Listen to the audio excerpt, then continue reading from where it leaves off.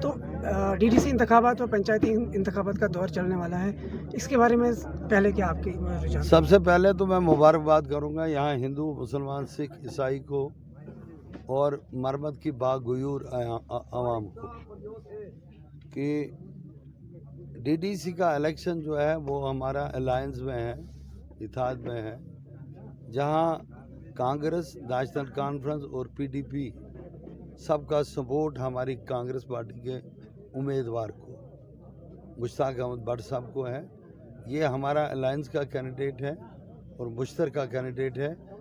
चूँकि हमने मरमत की तरक्की के लिए, लोगों की भलाई के लिए, लोगों के हित के लिए, लोगों के मुश्किलात के लिए, तभी मरमत से एक ईमानदार, जानदार लड़का उठाया है।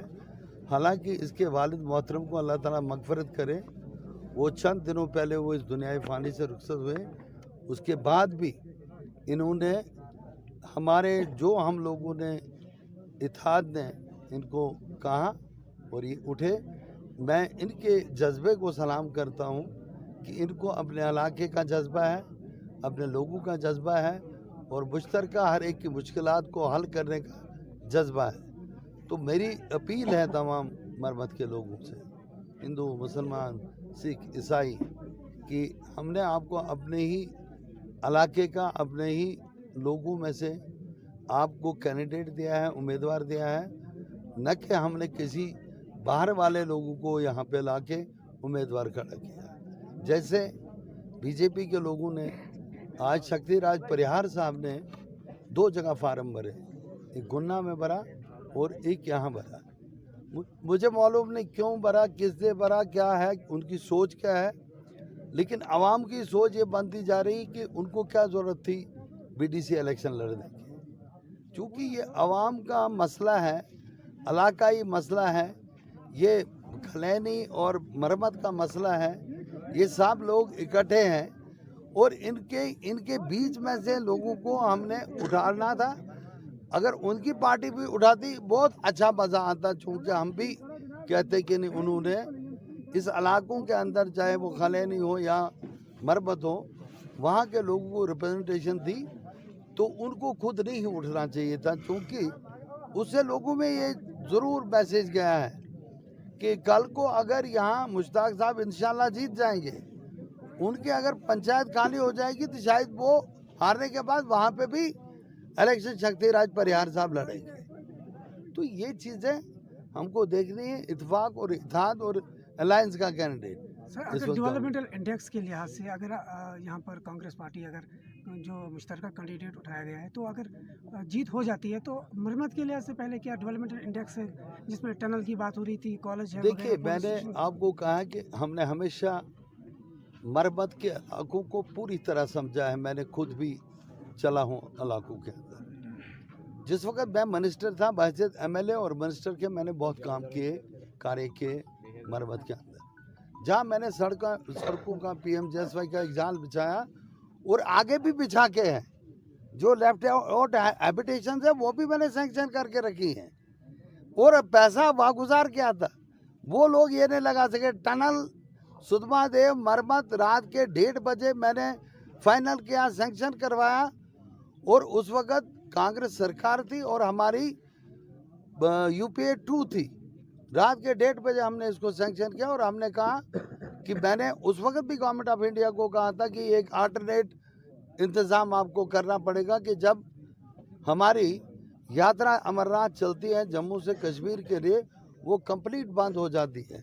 तो उसके लिए हमने एक अल्टरनेट खड़ा किया था कि सुधमादेव टनल बंद कर मरमत की रोड को हमने सैंक्शन किया है। ये जो आपका national highway authority of India को मैंने हैंड ओवर की है ये रोड्स।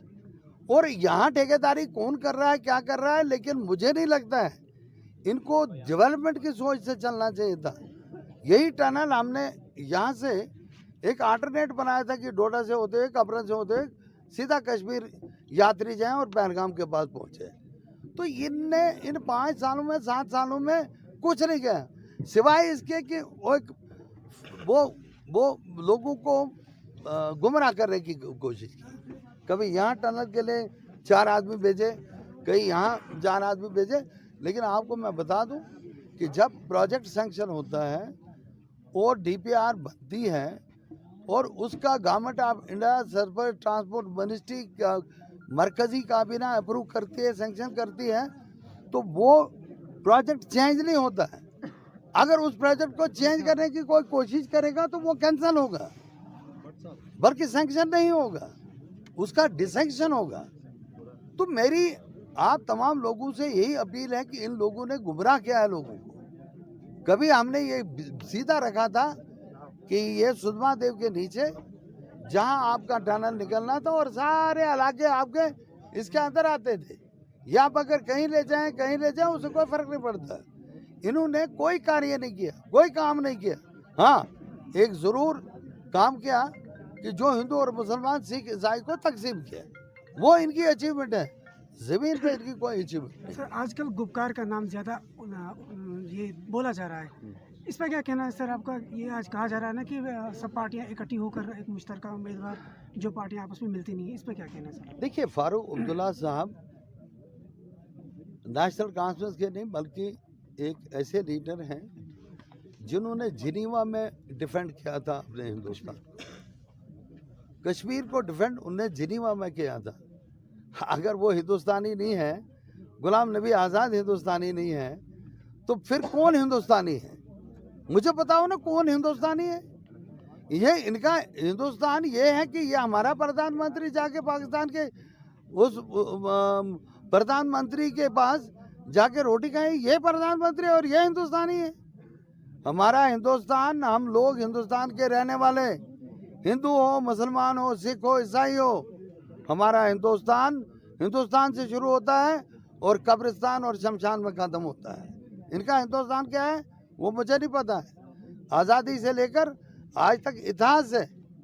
आप तारीख का मुआवजा मुशाहिदा कीजिए कि हिंदुस्तान को इकट्ठा रखने के लिए, हिंदुस्तान की ताकत, एकता, अखंडता को मजबूत करने के लिए हिंदुस्तान में हमारे कांग्रेस के लोगों ने कुर्बानियाँ दी, बल्कि इसमें इत्तेहाद के लोग, अलायंस के लोग, उन्होंने वक्तन फवक्तन इस हिंदुस्तान की झंडे को अपने सर पर उठाकर चलाया है, जिसमें डॉक्टर फारूक अब्दुल्ला आता है।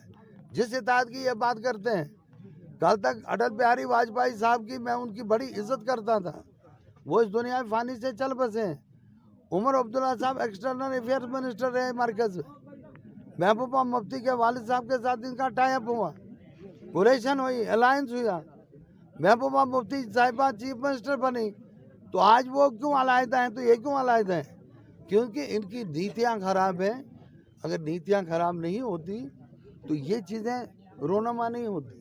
ये इत्तेहाद है, ये अलायंस है, उनकी सोच है कि रियासत को इन्होंने बर्बाद किया। रियासत का, हालांकि आज क्या होता है कि रियासत के अंदर रियासत को बढ़ावा दिया जाता है, रियासत को कम नहीं किया जाता है, उसका स्टेटस को ख़त्म नहीं किया जाता है।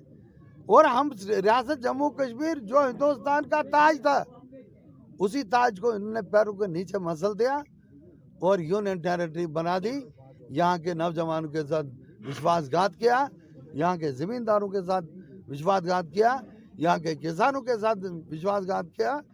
क्योंकि नौजवान लोग आज हमारी मरबत के अंदर, हमने यहाँ रहबरी तालीम की हैसियत से, रहबरी खेल की हैसियत से लोगों को नौकरियाँ दी थी, और ये क्या कहते हैं इसको, सड़कों पे लगाया था, पीएचई में लगाया था।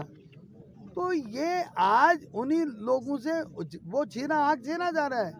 आने वाले वक्त में जब यहाँ हमारी कोशिश है मरबत के अंदर, डिग्री कॉलेज हमने 2004 में रिकमेंड किया था, और जिस वक्त हमारे अलायंस के उमर अब्दुल्ला साहब की सरकार थी और कांग्रेस की सरकार थी, उस वक्त हमने 18 कॉलेजेस रिकमेंड किए हैं, जिसमें मरबत आता है, जिसमें आपका देसा आता है, जिसमें आपका काश्तीगढ़ आता है, जिसमें आपका ये जी उद्यानपुरा परत आता है, जिसमें आपके बहुत सारे इलाके आते हैं, गुदना आता है, माला आता है। तो उस वक्त इन लोगों ने हालांकि अप्रूव किया है, उमर अब्दुल्ला साहब की सरकार में हम लोगों ने कैबिनेट में अप्रूव किया है, हायर सेकेंडरीज को, हाई स्कूल्स को, मिडिल स्कूल्स को और डिग्री कॉलेजेस को, वो इनने फाइल ही बंद कर दी, वहीं रोक दी। उससे कोई फर्क नहीं पड़ता। जहाँ अप्रूव कैबिनेट अप्रूव करती है वो वहाँ कागज रुकता नहीं है, सिर्फ रोक सकते हैं लेकिन ख़त्म नहीं कर सकते। तो सर इन डीडीसी इंतखाबात और पंचायती इंतखाबात में मैसेज क्या रहेगा पब्लिक के लिए?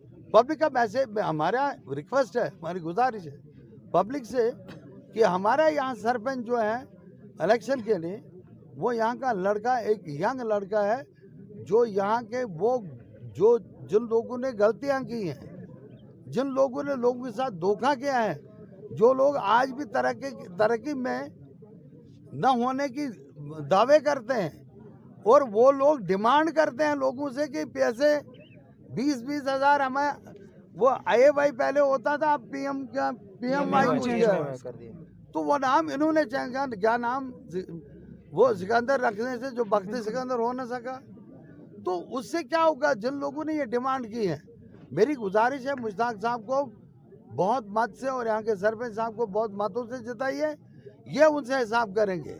और आने वाले वक्त में मैं बोल दूं, जिनको हमने इज्जत दी थी उस इज्जत के काबिल वो नहीं थे, अब वो अपनी फिक्र करें कि आने वाले वक्त में मुश्ताक साहब की ड्यूटी होगी और यहाँ के सरपंच जो बनेंगे बलबीर जी, उनकी ड्यूटी होगी कि जो गफले जो डाकाजनी यहाँ हुई है उनका पूरी इंक्वायरी होनी चाहिए और पानी का पानी, दूध का दूध निकलना चाहिए लोगों के बीच। शुक्रगुजार हूँ आज के नौजवानों का, बुजुर्गों का, भाइयों का, कि उन्होंने, मेरे पास तादाद ही नहीं है, गिनती ही नहीं है कि उन सब लोगों ने ज्वाइन किया और विश्वास किया और हमारी पार्टी के ऊपर, हमारे इत्तेहाद के ऊपर, हमारे अलायंस के ऊपर, हमारे कैंडिडेट्स के ऊपर, और अब हमारे ऊपर जिम्मेदारी है कि उनका एतमाद, उनका भरोसा, वो विश्वास हम उनको आगे लेकर चलेंगे।